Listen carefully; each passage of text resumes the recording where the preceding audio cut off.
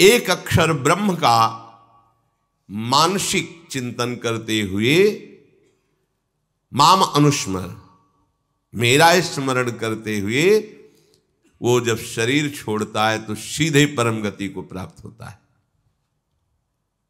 आप घबरा जाएंगे नहीं?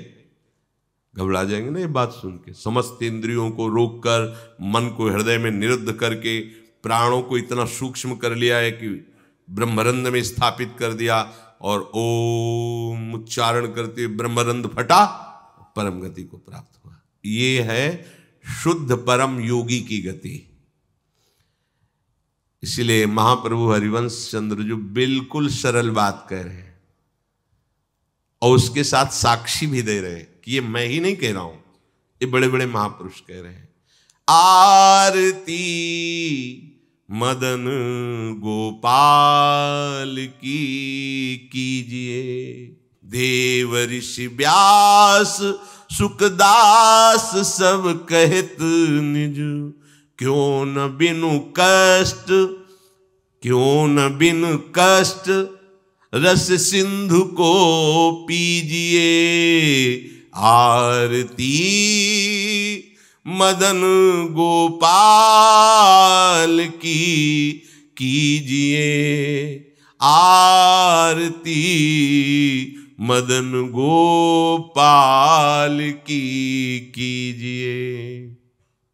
हरिवंश महाप्रभु के बड़ा एक कष्ट का मार्ग है, चूक हो गई तो परम गति नहीं मिलेगी, लेकिन हम तुम्हें हंसते खेलते परम गति का मार्ग बता रहे हैं। हित सजनी जो परम कृपाल है, मदन गोपाल को अपने घर का ठाकुर मान लो।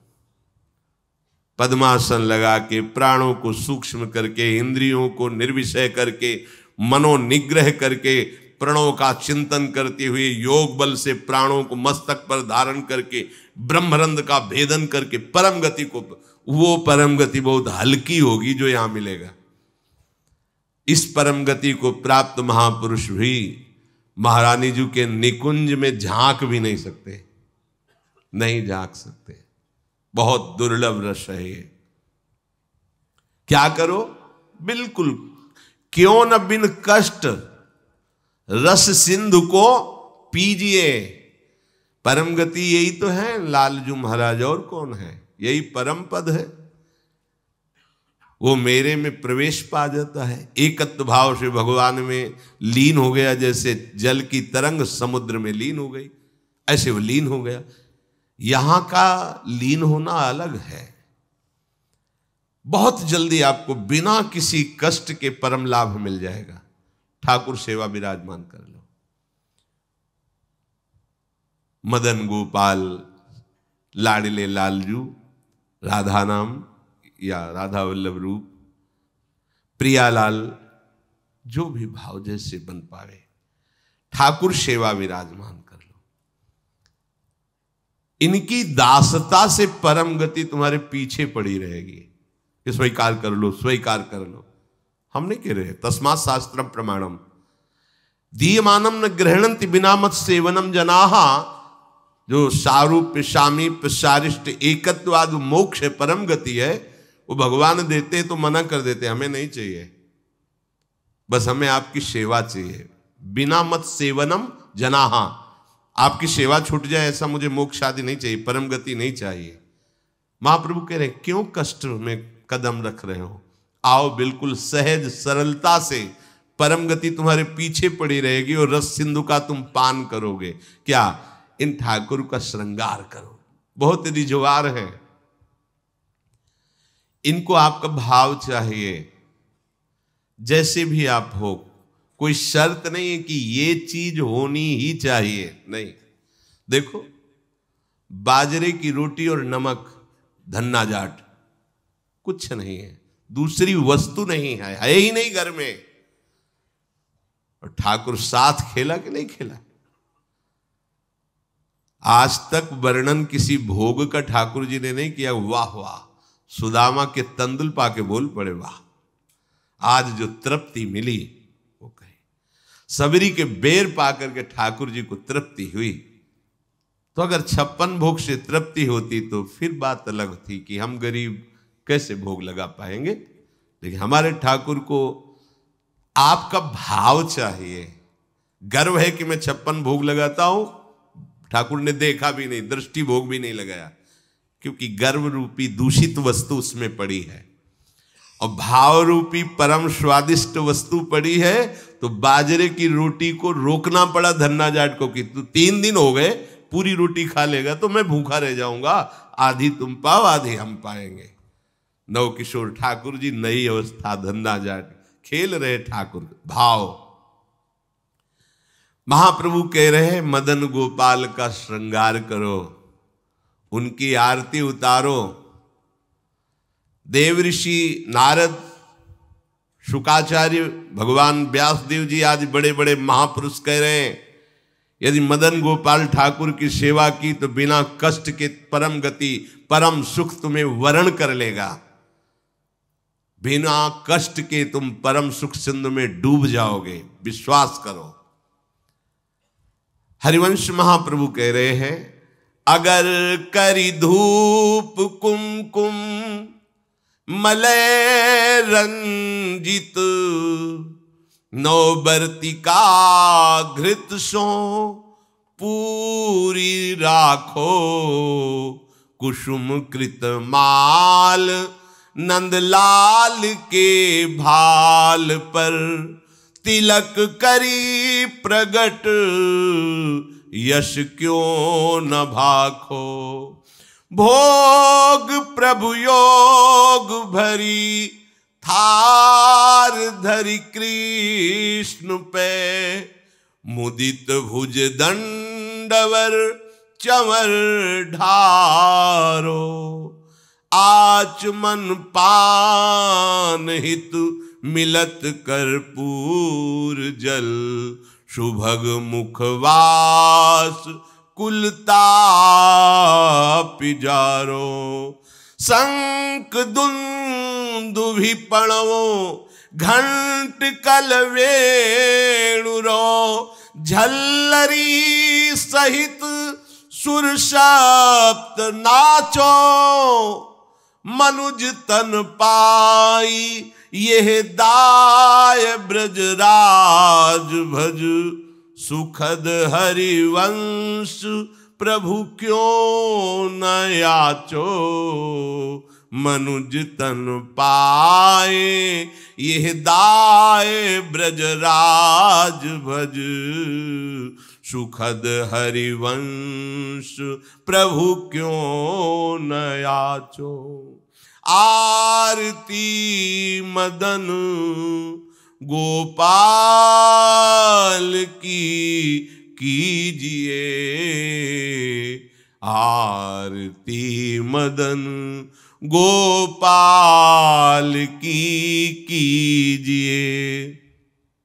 आरती सजाओ, ठाकुर को सुंदर सुंदर सुवासित जल से स्नान करा के, कोमल वस्त्रों से श्रीअंग प्रक्षालन करके, पोछ करके विराजमान करो, सुंदर पोशाक धारण कराओ,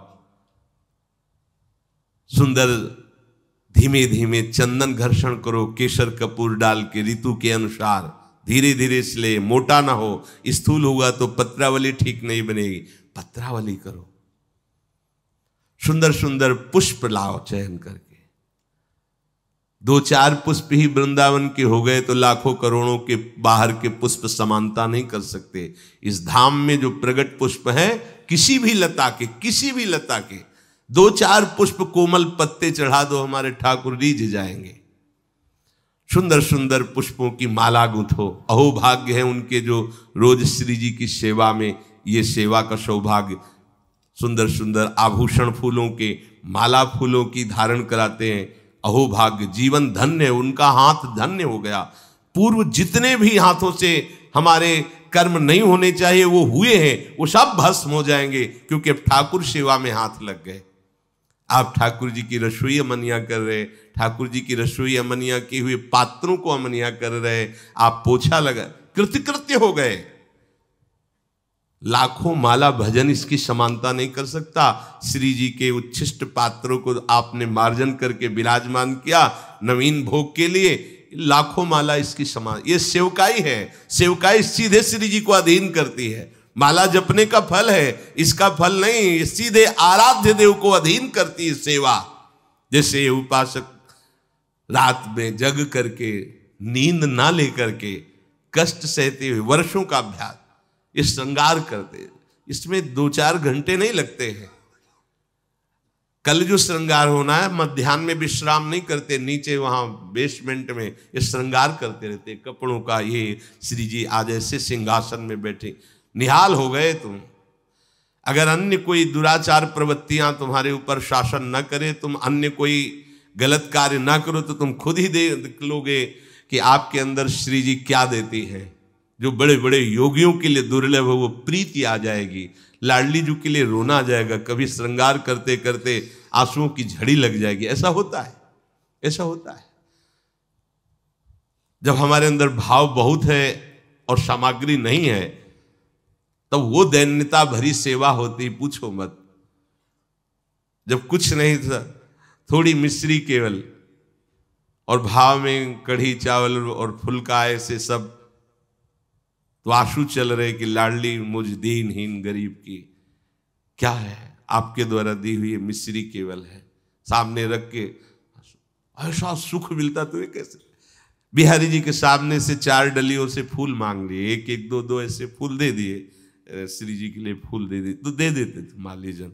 आके जब उनकी पंखुड़ी करके शयन के ऐसी छोटी सी गादी लगाते और श्री जी को विराजमान करके ऐसे चल, कैसे वो सुख तुम्हें कैसे वर्णन करें।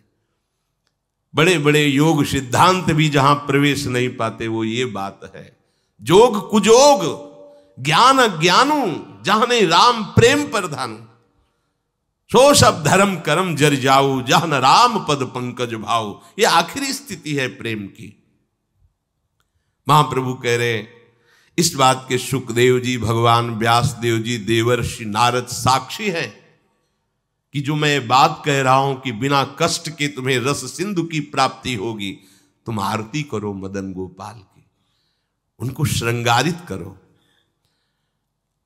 आरती में जो धूप होती है अगर, बड़ी सुगंधित होती है। अब तो सब बदल रहा है, पैसे के कारण अन्य अन्य मिलावट की धूप, जरा सी धूप की सुगंध, पूरा वातावरण सात्विक।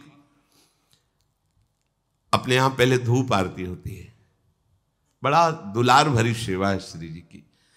फिर इसके बाद जो बत्ती की नोक होती है उसमें चंदन लगाया जाता है, ऐसे सूखा चंदन, पिसा हुआ सूखा, ऊपर से केसर। तो वो हल्का सा केसरपन लिए हुए चंदन, क्योंकि जो ही हम प्रज्वलित करेंगे तो पहले धुआं ना निकले, सुगंध निकले। इसीलिए महाप्रभु कह रहे हैं कि कुमकुम मलय रंजित बर्तिका, 9 बर्तिका जिसमें चंदन बुरा, ऐसे, क्योंकि घी लगा होता है वो चिपक जाएगा। फिर केसर पिसी हुई ऐसे, तो जे ही हम अग्नि प्रज्वलित करेंगे तो धुआं नहीं निकलेगा, उससे चंदन की सौरभ, ये भाव की चीज है। बोले मलय कुमकुम मलय रंजित 9 बर्तिका, कैसी घृतसो पूरी राव, घी से सनी हुई पूरी। कुसुम कृत माल नंदलाल के भाल पर तिलक करी प्रगट यश क्यों अहो भाग्य। आप चंदन घिसे श्री जी के लिए, फिर उससे आप श्री जी को तिलक रचना कर रहे, पत्रावली लगा रहे, अहो भाग्य। ये बड़े भाग्य से सेवा का सौभाग्य मिलता है। पूज्य पादुड़िया बाबा, भजन करना भी बहुत कठिन बात है, लेकिन भजन किया जा सकता है, पर सेवा करना बहुत कठिन है, क्योंकि सेवा में सुख की चाह का नाश होता है। सेवक सुख चाह, मान भिखारी, व्यसनी धन, शुभ गति बेविचारी, ये तो मूर्खता है। सेवक सुख की चाह करे नहीं, सेवक सुख देने की चाह रखता है। भिक्षुक मान त्यागी होता है, बैरागी मान त्यागी होता है। सुंदर सुंदर फूलों की माला प्रभु के गले में धारण करवावे, सुंदर तिलक रचना करे। तिलक रचना और माला धारण करवाते समय यश क्यों न भाके। जैसे आप श्री जी का श्रृंगार कर रहे हो तो आपको गुनगुनाना चाहिए अंदर, ब्रजनव तरुणी कदम्ब मुकुट मणि श्यामा आजु बनी। नख शिख लो अंग अंग माधुरी, मोहे श्याम धनी। ब्रज नव तरुणी कदम्ब मुकुट मणि, श्यामा आजु बनी। पत्रावली। यो राजत कवरी गुंथित कच, कनक कंज बदनी। चिकुर चंद्रिकन बीच अर्ध बिदु, मानो ग्रसित फनी। या आवत श्री वृषभानु दुलारी। पूरे पद में प्रथम उबटी मत जनकर सज्जित नीलवर, श्रृंगार के पदों का क्यों गायन नहीं कर रहे? आचार्य चरण कह रहे जब आप श्रृंगार कर रहे हैं श्री जी का तो पद गुनगुनाना चाहिए। श्रृंगार के बनी वृषभानुनंदिनी, आज भूषण बसन विविध पहिरे तन, पिय मोहन हित साज। बहुत से श्रृंगार के पद हैं, गुनगुनाना चाहिए। तिलक करी प्रगट यश, क्यों न भाखो, क्यों नहीं तुम गायन करते? अब आप तिलक रचना कर रहे हो, बातें प्रपंच की सोच रहे हो या कर रहे हो, ठीक बात नहीं है। अभी तिलक रचना ठीक नहीं हुई। जिनकी तिलक रचना कर रहे हो उनके यश का, उनकी सुंदरता का गायन करते हुए फिर कह रहे हैं महाप्रभु, इसके पश्चात भोग प्रभु योग भरी थार धरी कृष्ण पे। जब हमने श्रृंगार किया, आरती तैयार करके विराजमान कर दी। सेवा में एक क्षण का भी विलंब नहीं होना चाहिए। आपको पता है धूप के बाद श्रृंगार आरती होगी तो धूप होते होते श्रृंगार आरती प्रज्वलित हो जानी चाहिए। धूप की जेव ही पदावली संपन्न होने जा रही श्रृंगार आरती ऊपर, इसके लिए देखना पड़े तो सेवा में प्रमाद माना जाता है। सेवा में स्वामी की सेवा की आवश्यकता के पहले सेवक सेवा सौंज लिए खड़ा है। ये नहीं आरती कहाँ है, आरती, अरे आरती तैयार करो, ये नहीं, ये प्रमाद स्थिति है। इसलिए सबसे पहले प्रभु ने कहा है आरती तैयार कर ली, श्रृंगार किए हुए प्रभु को तिलक लगाए, माला पहनाए, अब भोग लगा। आरती तैयार है पहले से, जैसे उस दिन त्रुटि नहीं, ये विलंब नहीं, सेवा में प्रमाद नहीं। स्वामिनी जी के मन में बाद में आता है सखियां पहले सेवा सौंजे करती, आज ऐसा होगा, पहले ही पता है उनको। तो आपको तो पता है ना, पहले धूप के बाद श्रृंगार आरती। अब भोग, भोग प्रभु योग भरी थार धरी कृष्ण पे। योग में दो भाव होते हैं, एक होता प्रभु के योग्य भोग। ऐसा नहीं कि तुम अपनी मनमानी की प्याज लहसुन छौके प्रभु का ही सब बनाया हुआ है, सब मूर्खता नहीं। फिर प्रभु के बनाए हुए और भी कुछ हैं जो तुम नहीं भोग पाओगे। दंड विधान, नरक, रोग नहीं भोग पाओगे। भोग प्रभु के योग्य लगाओ, जो हमारे प्रभु नहीं पा सकते वो हम नहीं पा सकते, इसलिए प्रभु के योग्य भोग लगाओ। शास्त्र सम्मत, संत जन सम्मत जो प्रभु को भोग लगाने योग्य पदार्थ है वही भोग लगाना चाहिए। बहुत उद्दंडता सेवा में नहीं होते। प्राय प्रभु ने ही तो बनाया, प्याज लहसुन हम उसको भोग लगा देते हैं तो क्या है, उन्होंने ही तो बनाया है। हाँ, उन्होंने नरक भी बनाया है तो आपको घुमा देंगे तो क्या परेशानी होगी, आपको थोड़े दिन रख लेंगे नरक में तो आपको कोई परेशानी, फिर परेशानी ही परेशानी है। कैंसर भी प्रभु ने बनाया है, किडनी फेल भी प्रभु ने बनाया है, हार्ट, बड़ी समस्याएं, तो समस्याएं भी तो प्रभु ने बनाया है। होश में भोग प्रभु योग भरी, प्रभु के योग्य जो पदार्थ है वो थाल में रखो।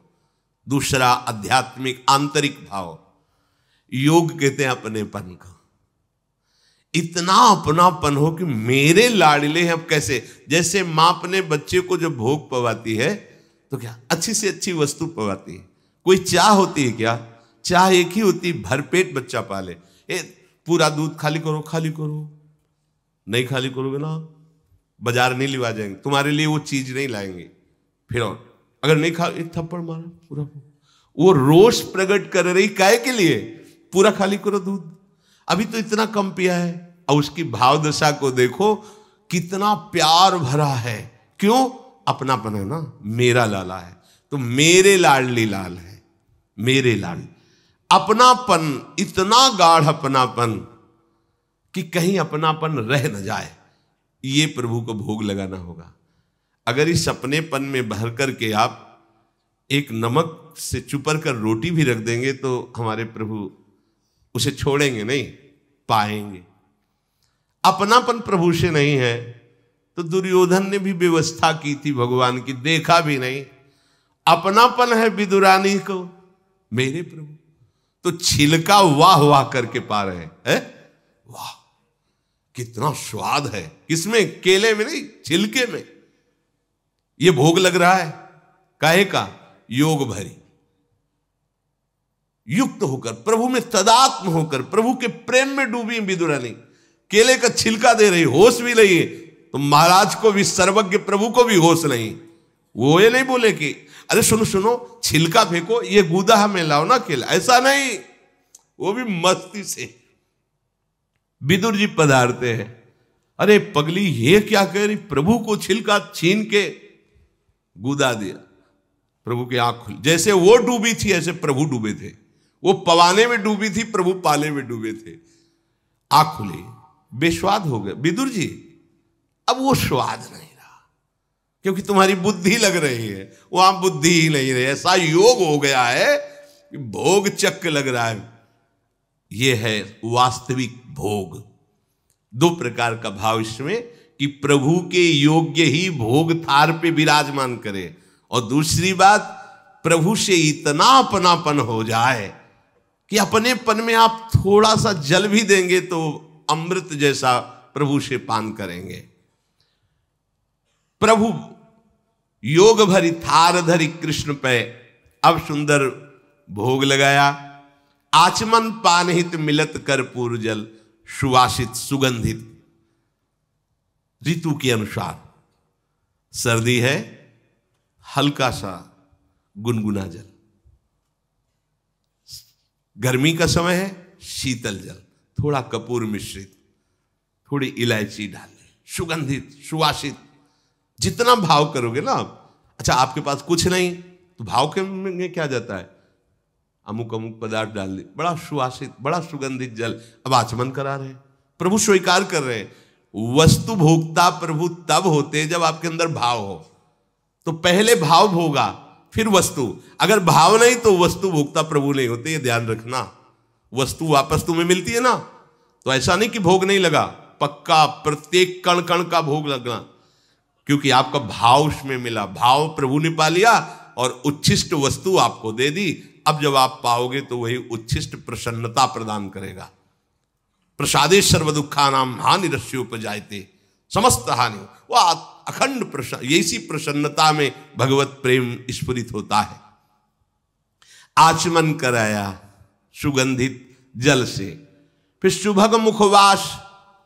मुखवास पान की बीड़ी, सुंदर पान की बीड़ी, इलायची, नारियल आदि डाल के सुंदर तैयार कर प्रभु को पवाया। मुखवास, इससे क्या होगा?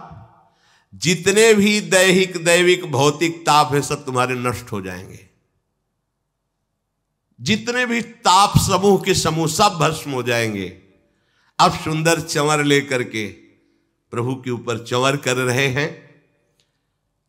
फिर शंख दुंदुभी पणव घंट वंशी झल्लरी, ये सब स्वर से एक साथ बजावें और फिर प्रियालाल की आरती करें। आरती गान करके फिर नृत्य करें, नाचो आदेश करते हैं। झल्लरी सहित सुर सप्त नाचो। ये क्या हुआ? बोले मनुज तन पाए दाय ब्रजराज भज, सुखद हरिवंश प्रभु क्यों न याचो।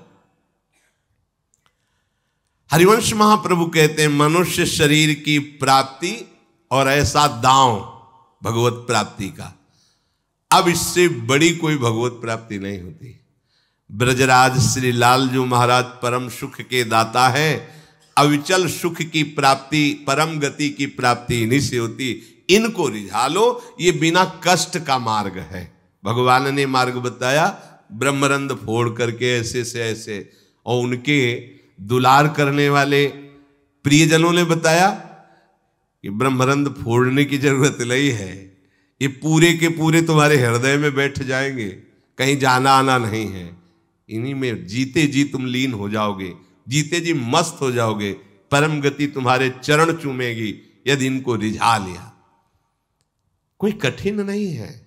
क्यों न बिन कष्ट रस सिंधु को पीज, ये बात करने लगते हैं। अगर आपकी सेवा भावना दृढ़ हो जाए तो आपसे बात करने लगते हैं। सीधे एक रस मार्ग में चलो सच्चाई से, तो वास्तविक भगवत प्राप्ति हो जाएगी।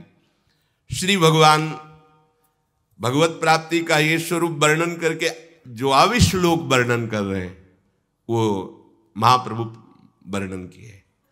कह रहे अनन्य चेता सततम यो माम स्मरति नित्य सहा तस्याहं सुलभः पार्थ नित्य युक्त योगिनः।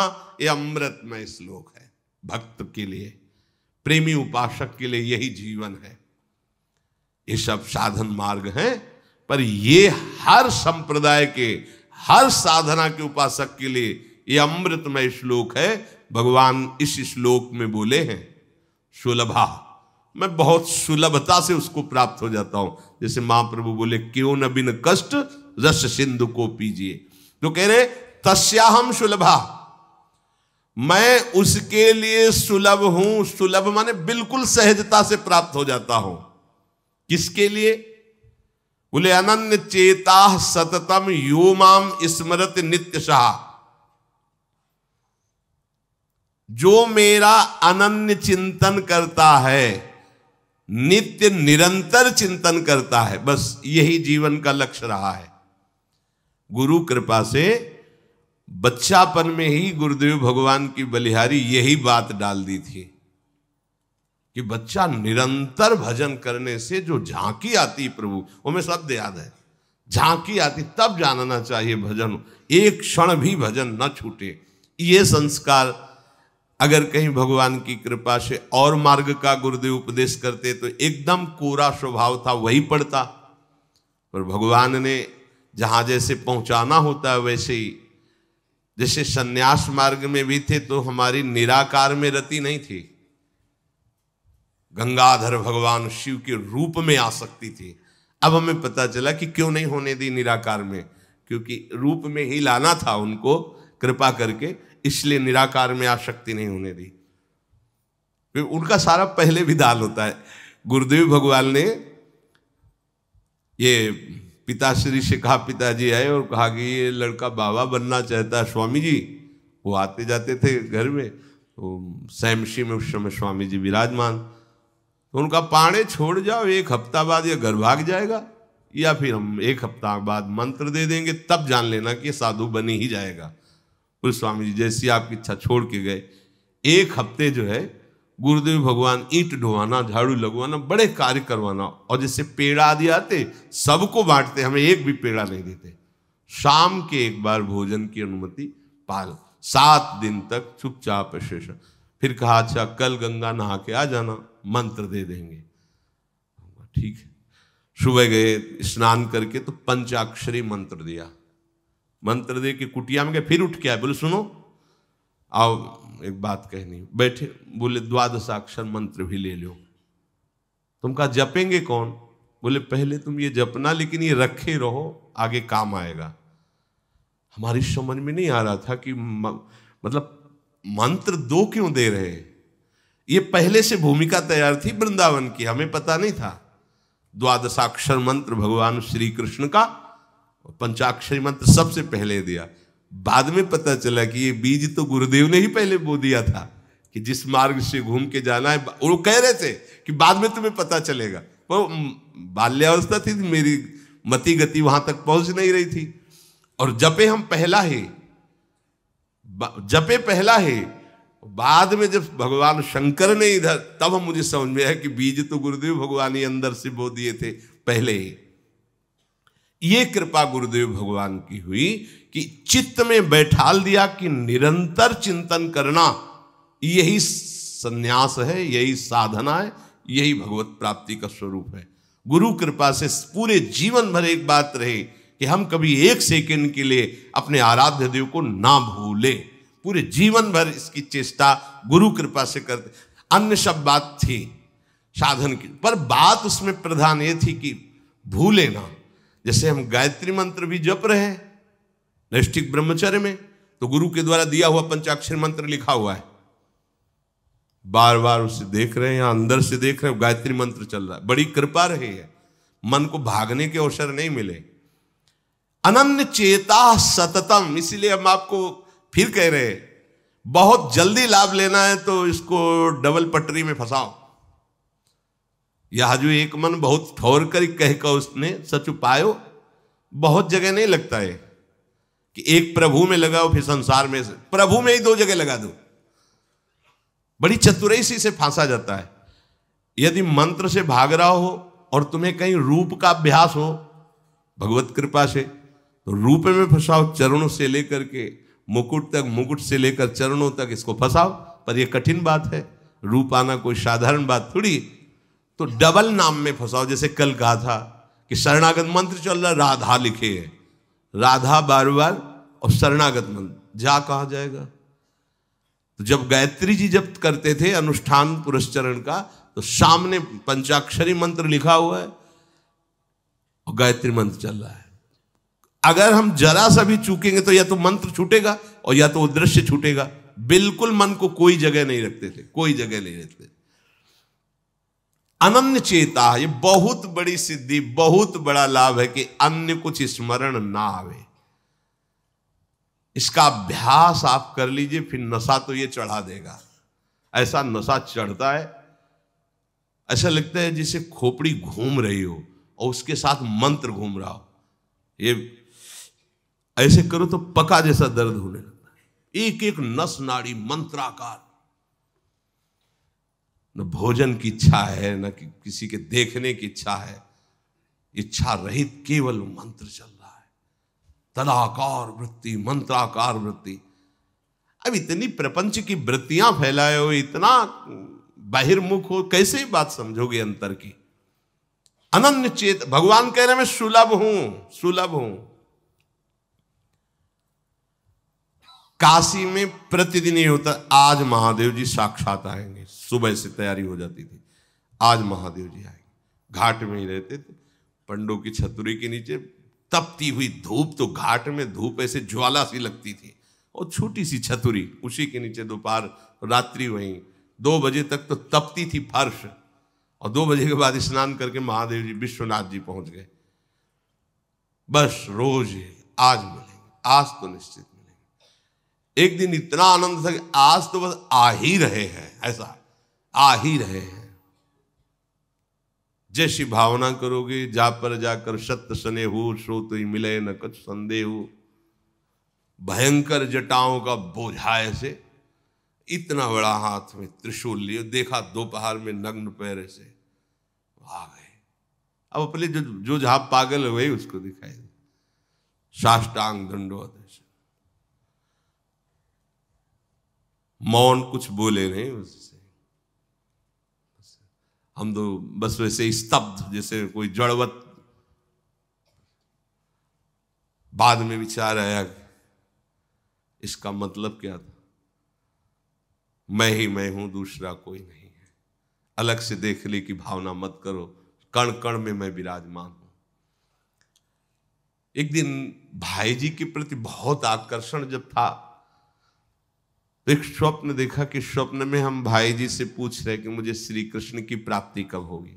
इसके बाद की बात, भाई जी ने ऐसे चश्मा करके ऐसे देखा, राधा बाबा बगल में बैठे और कहा जब श्री कृष्ण बन जाओगे तब श्री कृष्ण की प्राप्ति होगी। जगने पर, बहुत विचार करने पर फिर यह कि श्री कृष्ण बन जाओगे, भाई जी का तात्पर्य क्या था। तब समझ में आ गया, मन कृष्णाकार, बुद्धि कृष्णाकार, चित्त कृष्णाकार, अहम कृष्णाकार, तब कृष्ण साक्षात्कार हो गया। नित्य युक्तस्य योगिनः तस्याहं सुलभा पार्थ नित्य युक्तस्य योगिनः। नित्य युक्त हो गया जिसका चित्त प्रभु को छोड़कर किसी भी भोग भूमि में, किसी भी ऐश्वर्य में, किसी भी सिद्धि में। जैसे किसी को लगता है कि ये चमत्कार दिखाना, कोई भी चमत्कार दिखाना बहुत कठिन बात है। अगर भगवत दर्शन का लक्ष्य ना हो, भगवत प्राप्ति का लक्ष्य ना हो, तो कोई भी चमत्कार ऐसे करने में है, कोई बहुत बड़ी बात मत समझ, बस ये है कि इधर अगर स्वीकार किया तो उधर गेट बंद हो जाएगा, इसीलिए पिट जाते हैं, गाली सुन लेते हैं महात्मा जन, लेकिन प्रयोग नहीं करते अपने भजन का, प्रभु के पास जाते हैं। ऐसा ना समझे ना कि वो चमत्कार पीछे घूमते हैं। केवल बस एक बात है कि अगर इधर लगे तो उधर का गेट बंद हो जाएगा।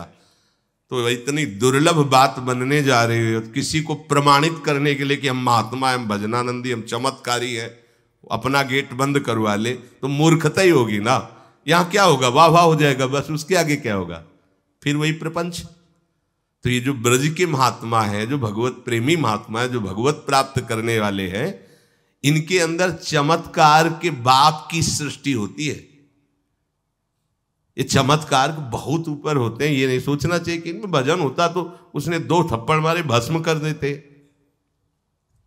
भजन का जानते हो, भजनानंदी का 2 थप्पड़ मारा है, तुम्हें निश्चित भगवान की प्राप्ति हो, तुम्हारा कभी अमंगल न हो, भगवान तुम्हारे परिवार को भी सुखी रहे और तुम आजीवन स्वस्थ रहकर पवित्र बुद्धि के द्वारा भगवान को प्राप्त। ये महात्माओं का बल होता है। महात्माओं के बल थोड़ी होता है किसी ने गाली दिया, मार दिया, जा भस्म हो जा, ये भस्मासुर थोड़ी होते हैं महात्मा है भाई, भस्म कर दिया, नष्ट नहीं। साधुते हो न कारज, तब भगवान उनके अधीन होते हैं। ये चमत्कार ये ना सोचो कि भजन करते होते तो फिर चमत्कार, या ये गाड़ी घोड़ा रुपया पैसा चमत्कार, ये पापियों के पास भी है। ये तो प्रारब्ध का खेल है, प्रारब्ध बदला, ऐसे से ऐसे हो गया, इनका कोई महत्व नहीं है। महत्व है नित्य युक्तस्य योगिनः, तुम्हारा चित्त निरंतर आराध्य देव में युक्त है कि नहीं। किसी भी ऐश्वर्य, किसी भी भूमि, किसी भी पद का कोई भी संबंध, आश्रय, चिंतन नहीं। ये हुआ अनन्य चेता। जैसे पतिव्रता स्त्री का मन केवल पति के ही सुख में निमग्न रहता है, पति का चिंतन, पति की बातें, पति वो उसी में मगन रहती है। पति के सिवाय उसके मन में अन्य किसी पुरुष का राग पूर्वक चिंतन कभी होता ही नहीं। जैसे शिष्य का गुरु के सिवाय कहीं चिंतन नहीं होता। पतिव्रता पत्नी का मन, प्राण, तन सब पति के ही सेवा में, चिंतन में, मनन में। जैसे शिष्य का गुरु के ही तन, उनकी सेवा में मन, उनके आज्ञा के पालन करने में, एक एक चेष्टा गुरु की प्रसन्नता के लिए। कोई दूसरा इष्ट शिष्य का होता ही नहीं है। शिष्य का कोई दूसरा इष्ट नहीं होता। ऐसे शिष्य को अपने गुरुदेव में ही भगवान का साक्षात्कार हो जाता है। क्योंकि पर्दा हटा तो देख लिया कि प्रिया प्रीतम मुस्कुराते हुए बैठे। श्री भट्ट देवाचार्य जी के पास जब हरिव्यास देवाचार्य जी आए तो कहा, भगवान हम शिष्य बनना चाहते हैं। तो उनका, तुम्हें हमारी गोद में कुछ दिखाई दे रहा है? तो कहा, ऐसा में कुछ तो नहीं दिखाई दे रहा है। तो उनका, फिर अभी तुम जाओ गिरिराज जी की 12 वर्ष परिक्रमा करो, राधे राधे बोलो 12 वर्ष पर। ऐसा ही किया। 12 वर्ष बाद फिर आए, अब कुछ दिखाई दे रहा है? बोले भगवान कुछ नहीं दिखाई दे रहा। बोले जाओ फिर 12 वर्ष करो। कह रहे कि जो शिष्य है गुरु के सिवा और कोई इष्ट नहीं है, उन्हीं का चिंतन, उन्हीं के आगे, तो वहीं उसको साक्षात्कार हो जाता है। जब 24 वर्ष बाद आज्ञा पालन करके आए तो देखा प्रियालाल गोद में। बोले अब कुछ दिखा है? हाँ। बोले प्रियालाल महाराज जी विराजमान है, आओ। वही महावाणी के रचयिता श्री हरिव्यास देवाचार्य जी गुरु आज्ञा में एक कदम पीछे ने 24 वर्ष गिरिराज जी की परिक्रमा राधे राधे आए नहीं, जब तक आज्ञा पालन नहीं हुई। आज्ञा पालन साक्षात्कार करने के बाद मंत्र दीक्षा दी। आज्ञा पालन का फल भगवत साक्षात्कार।